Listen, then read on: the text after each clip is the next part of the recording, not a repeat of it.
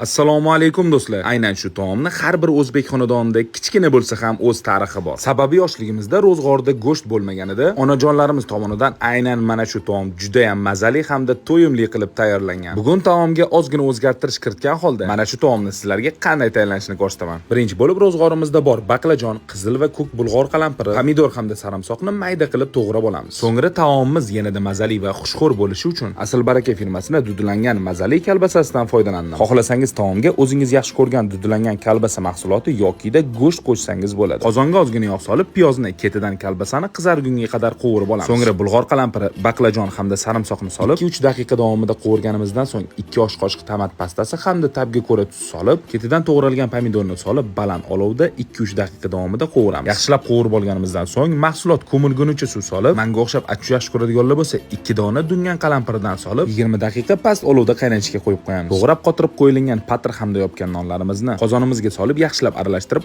10 daqiqa davomida dimlab qo'yamiz. Do'stlar, non jarkob taomimiz ham pishdi. Endi uni ustini to'g'ralgan ko'k piyoz bilan bezatib dasturxonga tortiq qilamiz. Bu taom bilan sizlarda qanaqa xotiralar bor? Kommentariyada fikringizni kutib qolaman. E'tiboringiz uchun rahmat. Ko'rgan vaqtingizga rozi bo'linglar.